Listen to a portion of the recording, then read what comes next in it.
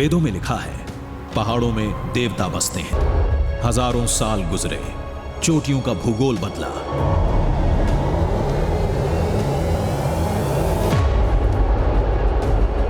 लेकिन पहाड़ों की दैवीय कथाएं आज भी जिंदा हैं।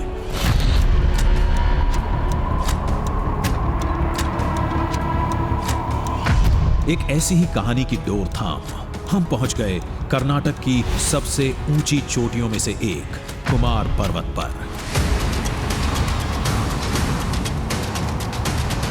कहानी कहती है, वहां महादेव शिव प्रकट हुए थे।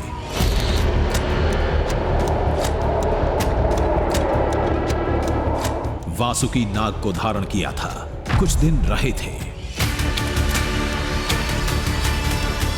निशानी कहती है, वहां शिवपुत्र आज भी मौजूद हैं।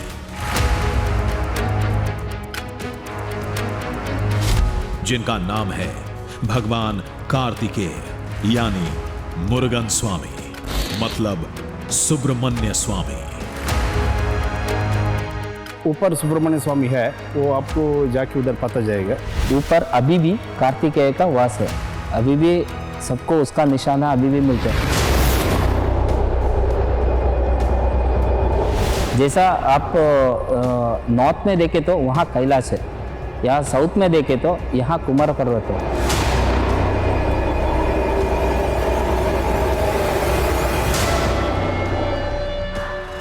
शिव परिवार से जुड़ी एक ऐसी कथा जो अभी तक न किसी ने सुनी होगी, और एक ऐसी दुनिया जो अभी तक न किसी ने देखी होगी।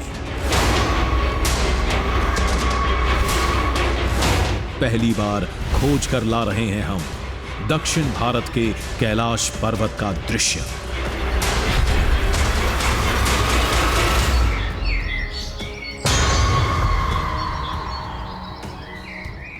एक ऐसी धरती जहां शिव परिवार ने निवास किया, एक ऐसी धरती जहां आज भी शिवपुत्र कार्तिकेय अपने भक्तों को देते हैं दर्शन। नमस्कार, जय हिंद। मैं हूं अक्षय विनोद शुक्ल आपके साथ, और आज का दृश्य हम आपके लिए लेकर आने वाले हैं कर्नाटक की सबसे ऊंची चोटियों में से एक, कैलाश पर्वत की तरह पूजे जाने वाले कुमार पर्वत से।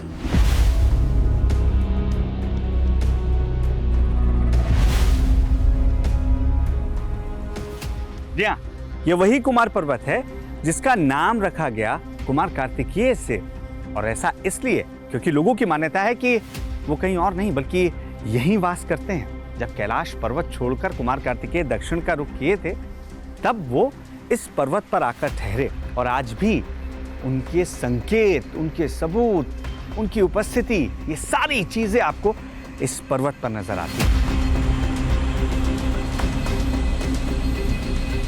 तो आज हम चढ़ाई करेंगे 1800 मीटर के करीब, और ये जो पर्वत आप मेरे पीछे देख रहे हैं, इसके ऊपर जब हम पहुंचेंगे तो वहां से भारतवर्ष का दृश्य कैसा नजर आता है, ये भी आपको दिखाएंगे। तो चलिए शुरू करते हैं आज के दृश्यम की तलाश और हमारा ये खास सफर।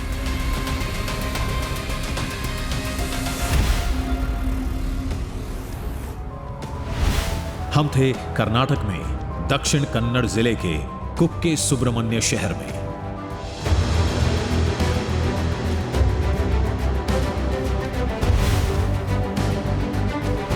इस पूरे इलाके की एक ही पहचान है, ये कुक्के सुब्रमण्य मंदिर, जो शिवपुत्र कुमार कार्तिकेय को समर्पित है। दक्षिण भारत में भगवान कार्तिकेय को सुब्रमण्य और मुरुगन स्वामी के नाम से जाना जाता है।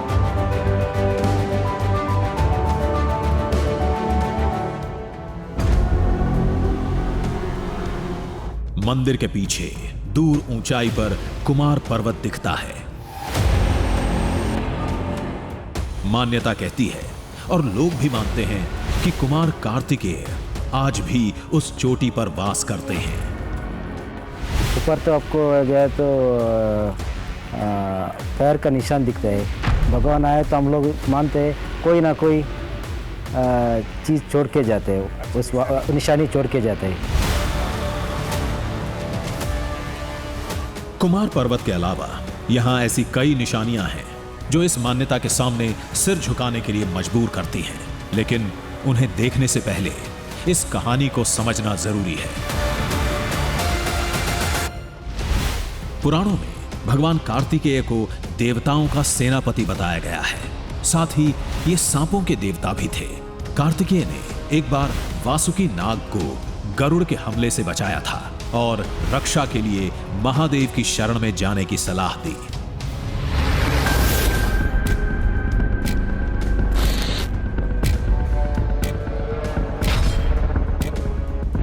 मंदिर के पास एक गुफा है।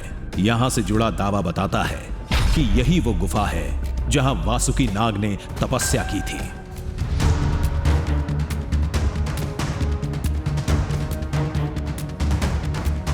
यही वो जगह है जहां महादेव ने प्रकट होकर उन्हें गले में धारण किया था।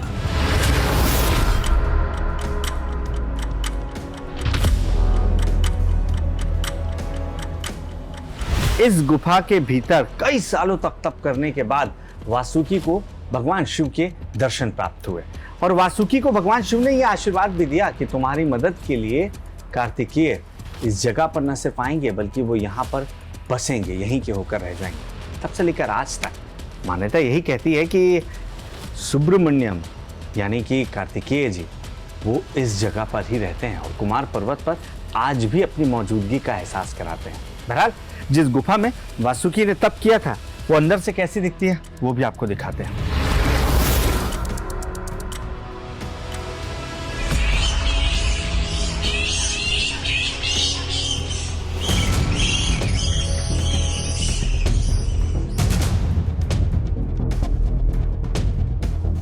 जिस गुफा में भगवान शिव के प्रकट होने का दावा होता है उसे अंदर से देखे बगैर हम कैसे जाते। गुफा में जाने के कई तंग रास्ते थे और अंदर काफी बड़ी जगह थी, बिल्कुल सांप के बिल की तरह।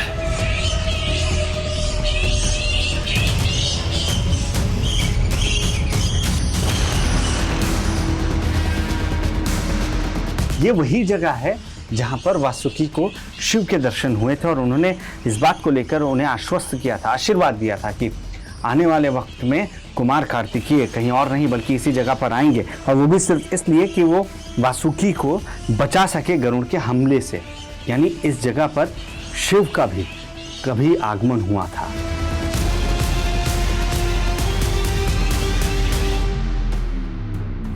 इस गुफा की कहानी पर लोगों को अटूट विश्वास है। माना जाता है कि यहाँ पूजा करने से सर्प दोष से मुक्ति मिल जाती है।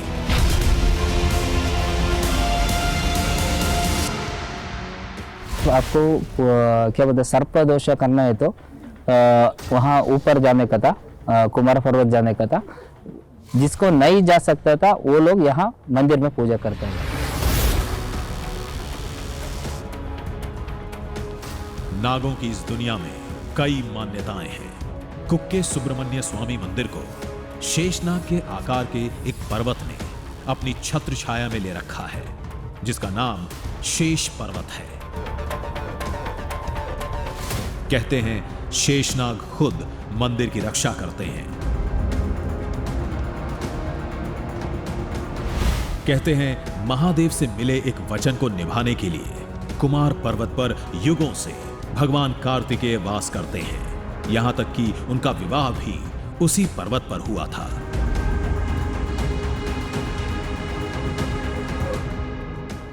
जब युद्ध कांड में थे, युद्ध बहुत तारकासुर बहुत शक्तिशाली था, युद्ध हो रहा था, तब देवेंद्र को उपाय कुछ भी नहीं था। सुब्रमण्य का पुत्र ही उसको संहार करने के लिए पैदा हुआ है, वो उसको पता था। इसलिए सुब्रमण्य से वो गिनती करके इस तारकासुर को वध करो, मैं मेरा बेटी को दे के तेरे को शादी करेगा, ऐसा बोला। फिर सुब्रमण्य ने तारकासुर को वध किया। तब देव शांत होकर देवेंद्र ने देवसेना को सुब्रमण्य के साथ विवाह किया।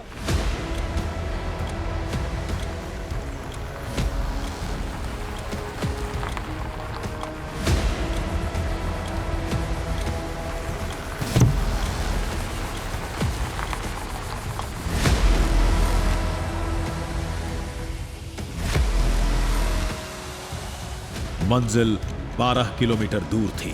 पहाड़ और जंगल की खतरनाक चढ़ाई करनी थी।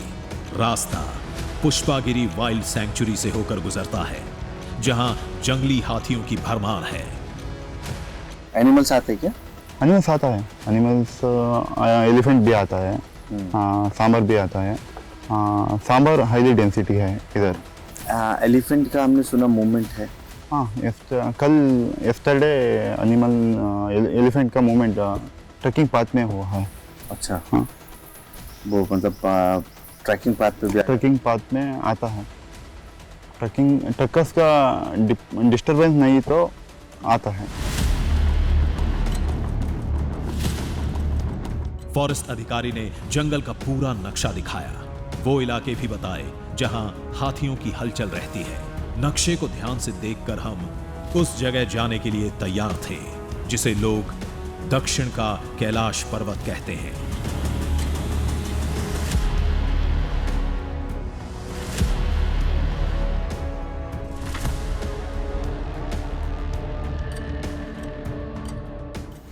तो हमारे उस सफर की शुरुआत हो चुकी है, जो सफर हमें सीधे लेकर जाएगा कर्नाटक की दूसरी सबसे ऊंची चोटी की ओर, जिसे कुमार पर्वत कहते हैं। अब इस कुमार पर्वत का सीधा सीधा संबंध किसी और से नहीं बल्कि ये शिवपुत्र कार्तिकेय जी से जुड़ा हुआ है, जिन्हें यहाँ जहाँ मैं खड़ा हूँ वहाँ सुब्रमण्य के नाम से भी जाना जाता है। अब माना ये जाता है कि कार्तिकेय जी आज भी वहाँ पर निवास करते हैं। कुछ लोग तो ये भी हमें बता रहे थे कि हमारे लिए ये सीधे सीधे एक तरीके से कैलाश का प्रतिरूप हम मानते हैं, क्योंकि शिवपुत्र अगर वहाँ पर विराजमान है तो उनके पास शिव भी आते हैं।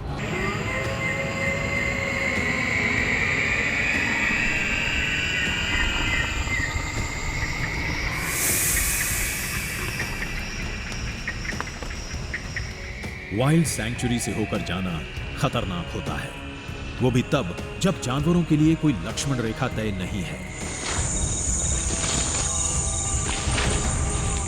कहीं भी कभी भी सामना हो सकता है।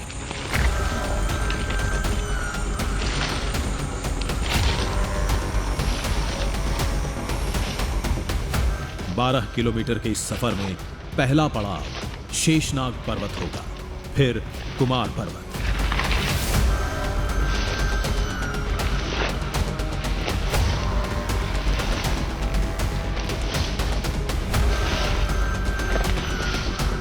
माना सफर लंबा था, मुश्किलें भी बेइंतहा थीं, लेकिन कुमार पर्वत के दृश्यम के सामने हर चुनौती छोटी लग रही थी।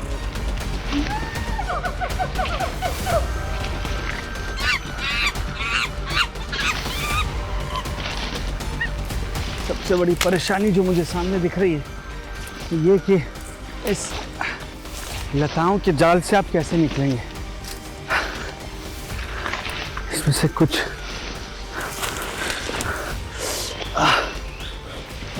हल्की हैं, कुछ टूट सकती हैं।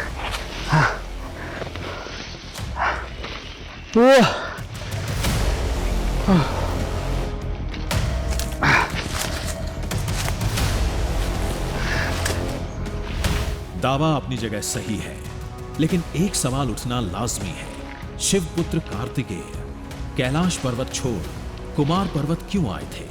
इस सवाल का जवाब है एक पौराणिक कहानी, जब फल को लेकर कुमार कार्तिकेय और श्री गणेश में विवाद हो गया।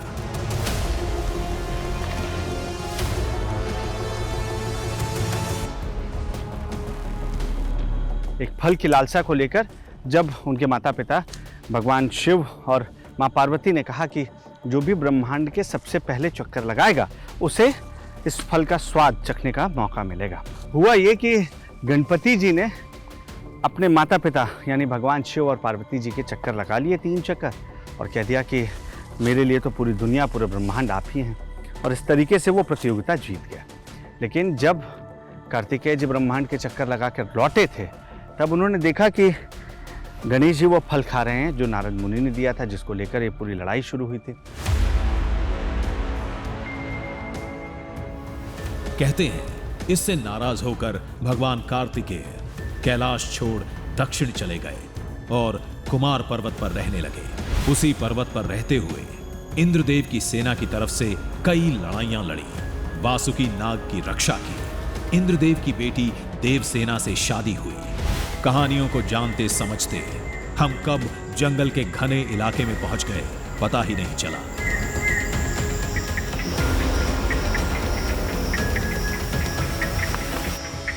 जब आप ऐसे जंगल में हो जहां आपको 2 फीट भी नजर ना आ रहा हो, देख रहे हैं आप कैसे आसपास झाड़ियां ही झाड़ियां हैं, और ये इतनी घनी झाड़ियां हैं कि अगर इसमें कोई जानवर छिपा बैठा हो तो भी आपको जानकारी नहीं होगी, भले आप बाजू से निकल जाइए, क्योंकि यहाँ कुछ भी देख पाना मुमकिन नहीं हो पा रहा है।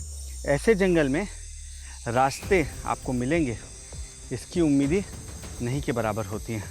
तब आपको कुछ इस तरीके से पेड़ों की बनाई पगडंडियों पर चलना पड़ता है।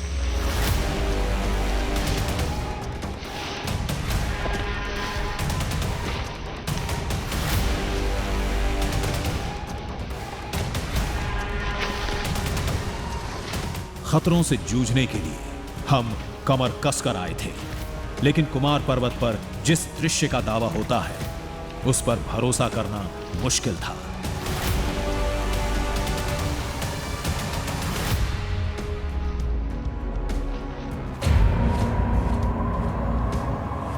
कहते हैं पर्वत पर आज भी भगवान कार्तिकेय का वास है, जो रोज सुबह उनकी मौजूदगी के संकेत देते हैं। निशानी कुछ भी हो सकती है, कुछ भी। कभी पैरों के निशान, कभी माला, तो कभी किसी अस्त्र के टुकड़े।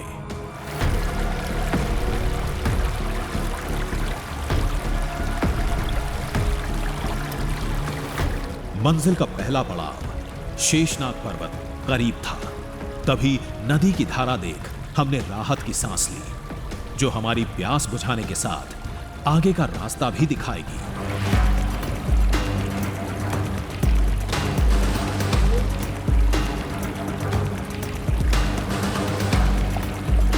देखिए, जंगल में जब आप किसी ट्रैक पर हैं और आपको ऊपर की ओर जाना हो, तब आपको नदी मिल जाए तो ये 2 फायदे आपके लिए लेकर आती है। पहला ये कि नदी आगे बढ़ने के लिए जब रास्ता काटकर बनाते हुए जा रही होती है तो उसी रास्ते को फॉलो कर आप ऊपर पहुंच सकते हैं, जो बाकी रास्ते से अगर आपको इस तरीके के जंगल से होकर गुजरना हो उससे ज़्यादा आसान होता है। दूसरा ये कि नदी के आसपास जो दृश्यम नज़र आता है, इससे खूबसूरत चीज़, इससे शांतिपूर्ण चीज़ और इससे शांत जगह आपको शायद ना मिले।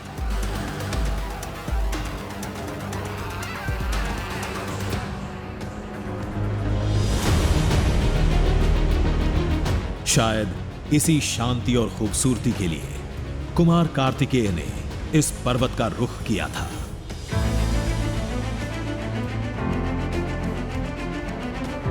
कुछ देर बाद जंगल से पीछा छूटा और शेषनाग पर्वत की झलक साफ दिखने लगी।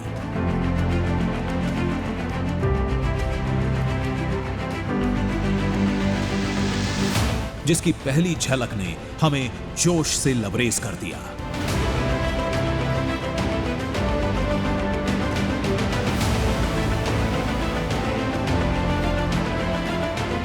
ये पहली बार दृश्यम हमें देखने को मिल रहा है जब कुक्के सुब्रमण्यम मंदिर जो है उसके ऊपर नजर आने वाला शेष पर्वत, जिसका नाम ही उसकी पहचान है, यानी वो पर्वत जो शेषनाग की तरह नजर आता है, जिसके 5-5 फन हैं, वो पहली बार ऐसा हमें नजर आ रहा है, पूरी तरीके से साफ साफ नजर आ रहा है। नहीं तो रास्ते भर आप जंगलों से होकर आते हैं तो आपको ये दृश्यम नहीं देखने को मिलता है। इसके लिए आप 6 से 7 किलोमीटर जब मेहनत करके पहुंचते हैं, जिस जगह पर मैं खड़ा हुआ हूं, इस जगह पर खड़े होते हैं, तब आपको कुछ ऐसा दृश्यम देखने को मिलता है।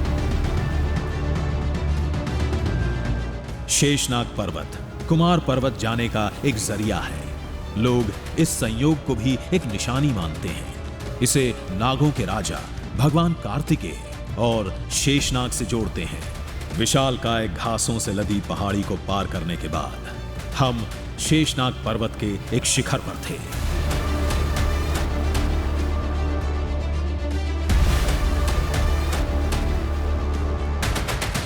जब हम कुक्के सुब्रमण्यम से इस यात्रा की शुरुआत कर रहे थे तो उस मंदिर के ठीक पीछे एक विशालकाय पहाड़ नजर आ रहा था, जो 5 फन की तरह उस मंदिर की रक्षा करता दिख रहा था।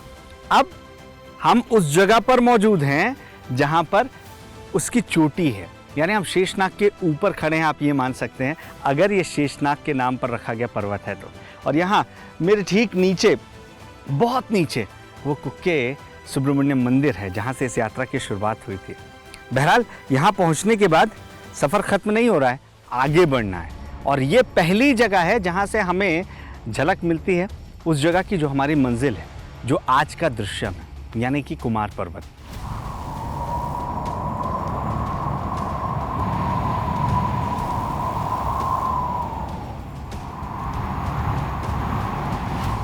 आंखों के सामने वो कुमार पर्वत था, दावे के मुताबिक जहां शिव पुत्र कुमार कार्तिकेय आज भी रहते हैं। शिव परिवार से जुड़े होने की वजह से इस घाटी को शिव घाटी भी कहा जाता है।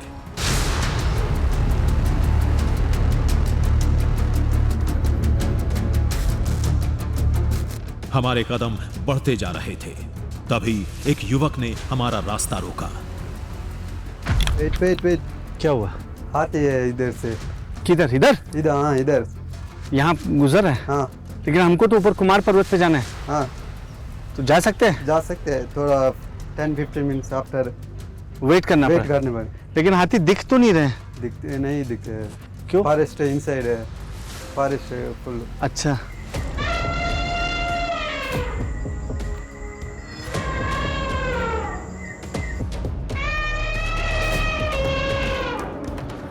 आगे जंगल से हाथियों का झुंड गुजर रहा था, जो नजर तो नहीं आ रहे थे, लेकिन आवाजें साफ सुनाई दे रही थी।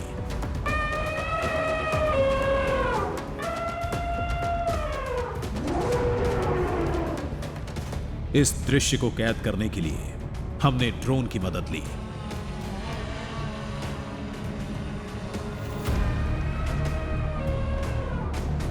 जंगली हाथियों का एक झुंड दिखा, जो अपनी मदमस्त चाल में आगे बढ़ते जा रहे थे।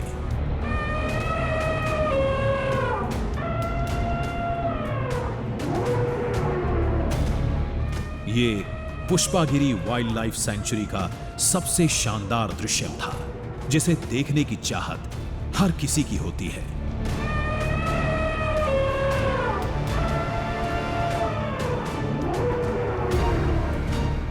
जंगल से आवाजें आनी बंद हो गईं। खतरा टल चुका था। हम फिर अपने रास्ते पर थे, कुमार पर्वत की ओर।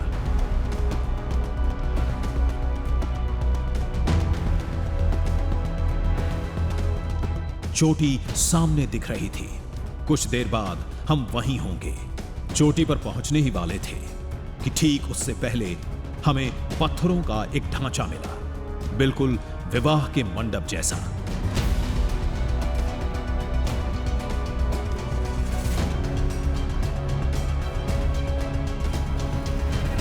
अब इतनी दूर 5000 फीट की ऊंचाई पर कोई शादी करने तो नहीं आता होगा। तब लोगों ने इसे भगवान कार्तिकेय के विवाह की निशानी मान ली। कुछ लोगों का मानना है कि कुमार कार्तिकेय जी की जो शादी थी वो कुमार पर्वत में ही हुई थी।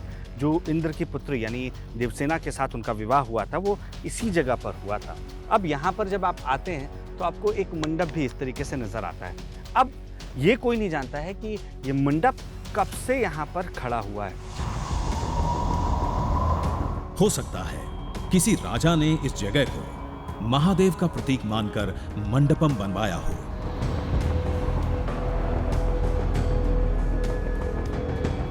खैर, उस कहानी को वहीं छोड़ हम कुमार पर्वत की चोटी पर पहुंच गए। हम पहुंच गए।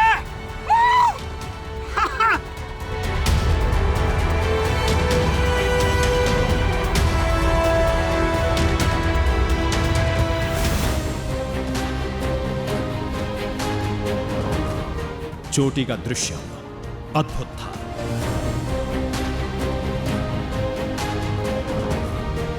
कई छोटे छोटे मंदिर थे। मंदिर के अंदर शिवलिंग के आकार की 6 शिलाएं रखी थीं।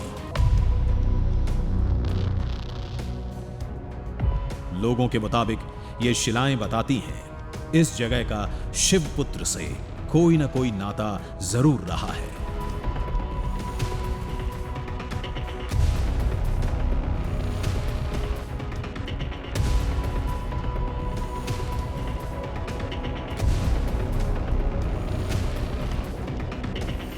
कुमार कार्तिकेय को लेकर एक चमत्कारी बात कही जाती है। वो बात यह है कि कुमार कार्तिकेय एक महान प्रयोग से जन्मे थे, जिसमें 6 जीवों को एक शरीर में जन्म दिया गया था, और वो शरीर था कुमार कार्तिकेय का। यही वजह है कि वो बेहद बलशाली, बेहद शक्तिशाली माने गए थे। अब इसे आप इत्तेफाक कहेंगे या कुछ और कहेंगे? कुमार पर्वत, जहां माना जाता है कि आज भी कुमार कार्तिकेय का वास है, वहां पर आपको ऐसे कई पत्थर मिलेंगे जो चेहरे की शक्ल में कुदरती तराशे गए हैं, ये माना जाता है। और ऐसे 6 तरीके के पत्थर मिलते हैं। यही वजह है कि ये जो मंदिर है, यहाँ फिलहाल शिवलिंग 2 रखी गई हैं, लेकिन आपको उसके पीछे 6 पत्थर ऐसे नजर आएंगे जो इस बात को इंडिकेट करते हैं कि ये कुमार कार्तिकेय का प्रतिरूप है।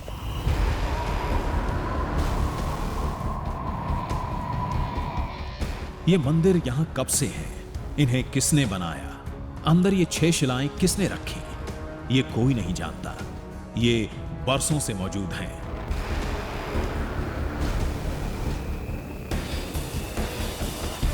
इसके बाद बारी थी उस जगह की जिसे कुमार पर्वत पर शिवपुत्र की मौजूदगी की सबसे बड़ी निशानी बताई जाती है।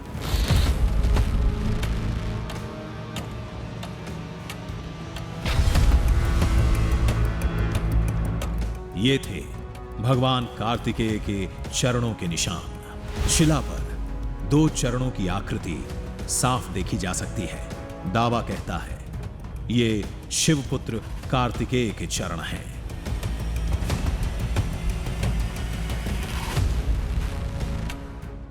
ये वो जगह है जहां उन्होंने शांति के लिए तप किया था।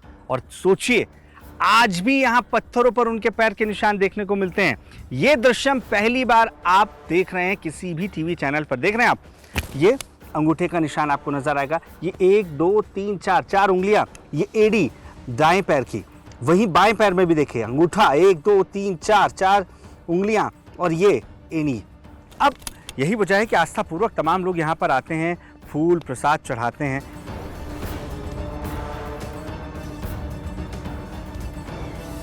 निशान का आकार बहुत बड़ा नहीं था, किसी कम आयु वाले बच्चे के लगते हैं। इस बात को मां पार्वती के श्राप से जोड़कर देखा जाता है।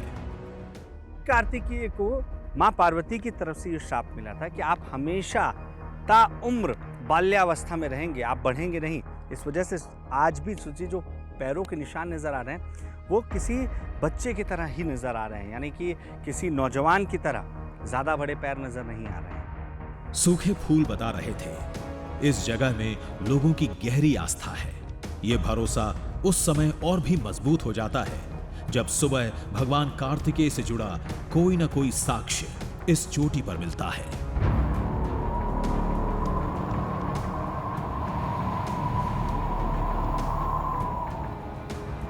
दावा कहता है सुबह भगवान कार्तिकेय किसी न किसी रूप में दर्शन देते हैं, कोई निशानी छोड़ जाते हैं। सुबह के उस दृश्य को कैमरे में कैद करने के लिए हमें रात यहीं गुजारनी होगी।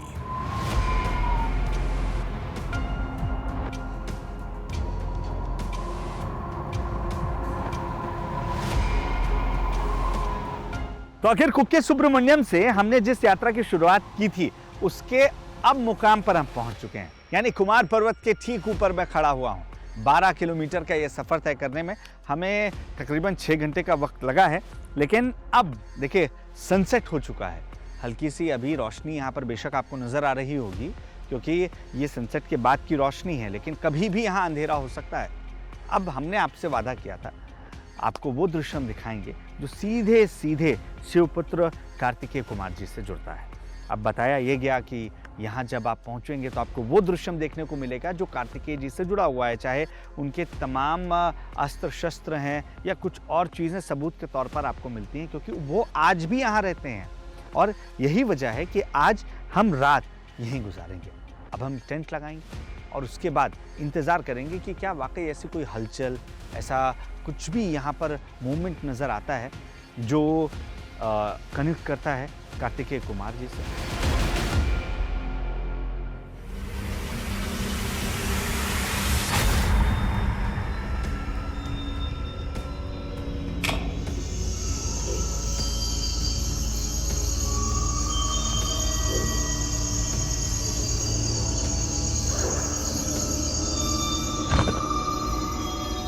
बियाबान चोटी पर रात गुजारना खतरे से खाली नहीं था, लेकिन सुबह के दृश्यम के लिए हमें यह खतरा उठाना पड़ेगा।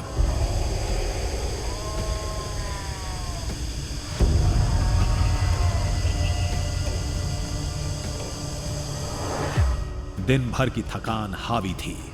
हम जल्द ही नींद की आगोश में चले गए।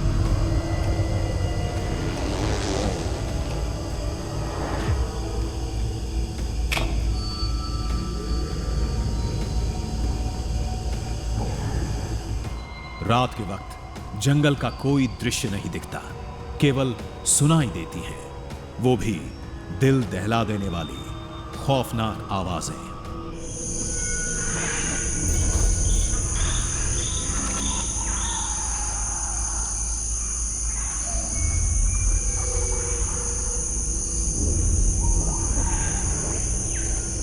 पांच 5000 फीट की ऊंचाई पर जंगली जानवरों का कोई खतरा नहीं होता, लेकिन हम एक वाइल्ड लाइफ सैंक्चुरी में थे और यह खौफ चैन से सोने नहीं देता।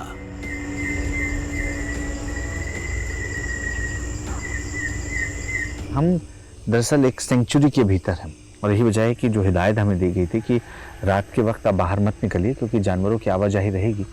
इस वजह से हम बाहर नहीं निकल रहे हैं, लेकिन कुछ आवाज़ें हमें जगा रही थी और यही वजह है कि मैं कोशिश ये कर रहा हूँ कि मैं बाहर भी ना निकलूं और अगर संभव है तो यहाँ से उन आहटों को महसूस कर रहा था, जिन्हें उन्हें देख सकूं कि क्या ये वाकई कोई जानवर तो आसपास नहीं है। थोड़ी देर जगे रहे, आशंका को दूर किया, फिर एक अच्छी सुबह की उम्मीद में सो गए।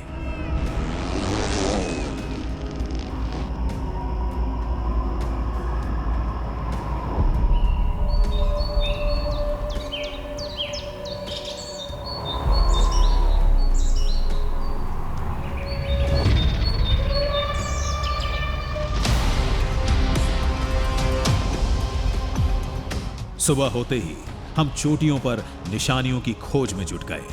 कहते हैं भगवान कार्तिकेय अपने होने का साक्ष्य खुद देते हैं।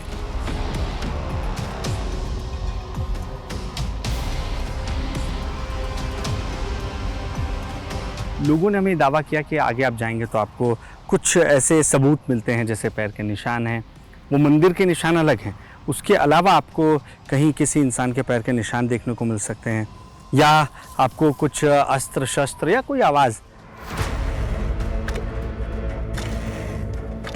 वो निशानी कुछ भी हो सकती है, किसी भी रूप में हो सकती है।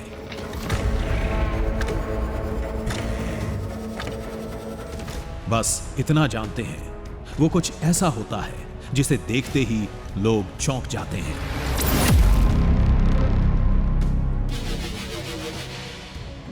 कभी झाड़ियों में जाते,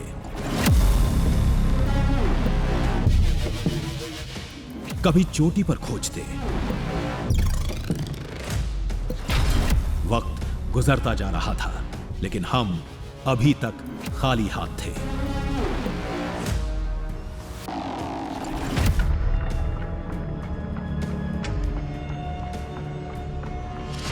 तभी झाड़ियों में हमें कुछ दिखा। एक सेकेंड, अजय इधर आना। ये एक मोरपंख था। क्या ये वही निशानी थी जिसका लोग दावा करते हैं?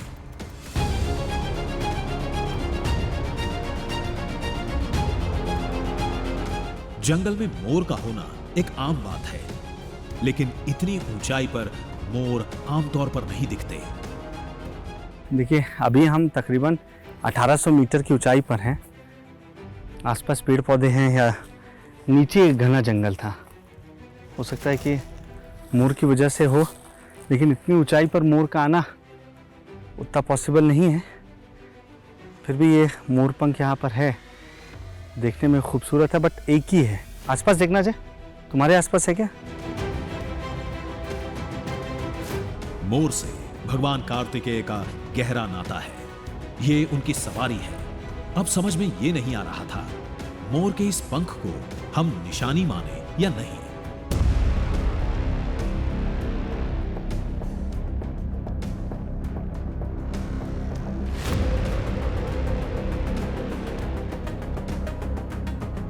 आसपास कुछ और तो नहीं है? एक सेकेंड, देखना देखना, तुम भी देखना अजय।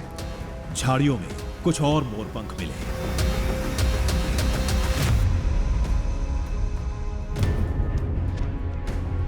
एक के बाद एक कई मोरपंख मिलते चले गए। अरे अजय एक सेकेंड, दौड़ कर आओ, इधर आओ। अरे यहाँ बहुत सारे मोरपंख हैं। हम मोरपंखों को इकट्ठा करने में जुटे थे, तभी एक तेज आवाज गूंजी। करो करो करो, एक सेकंड रुको। सुब्रमण्य स्वामी का संकेत है। ये मोरपंख? हाँ, अरे भैया यहाँ मोर भी तो आ सकता है। मोर नहीं आ सकते हैं। क्यों, इतना ऊपर मोर नहीं होता क्या? नहीं आ सकते। तो फिर ये कैसे? अजय इधर देखो यार, ये कितने मोरपंख यहाँ पर पड़े हैं। क्या ये उनका संकेत आप बोल रहे हैं? हाँ, सुब्रमण्य स्वामी का संकेत है।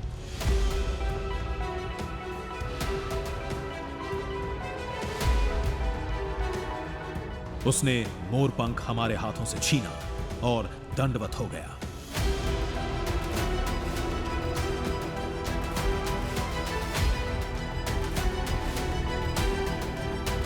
लोगों ने कहा था पैरों के निशान मिलते हैं, फूलों की माला मिलती है, किसी अस्त्र के लोहे के टुकड़े मिलते हैं, लेकिन मोरपंख की बात किसी ने नहीं बताई थी।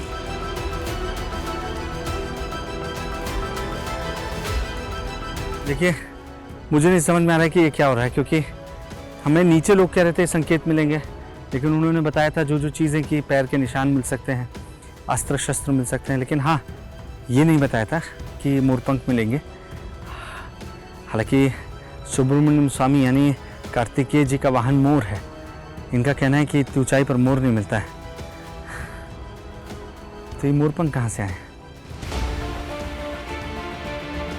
हम भले ही उलझन में थे, लेकिन हमारे सामने एक शख्स उन मोरपंखों को भगवान कार्तिकेय की निशानी मानकर सिर झुकाए बैठा था, और हम बस देखते जा रहे थे।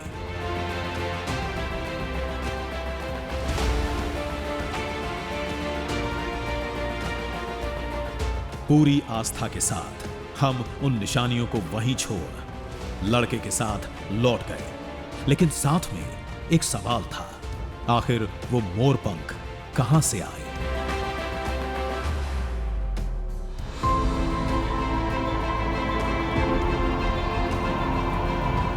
कुमार पर्वत की चोटी से जंगल करीब 4000 फीट नीचे था।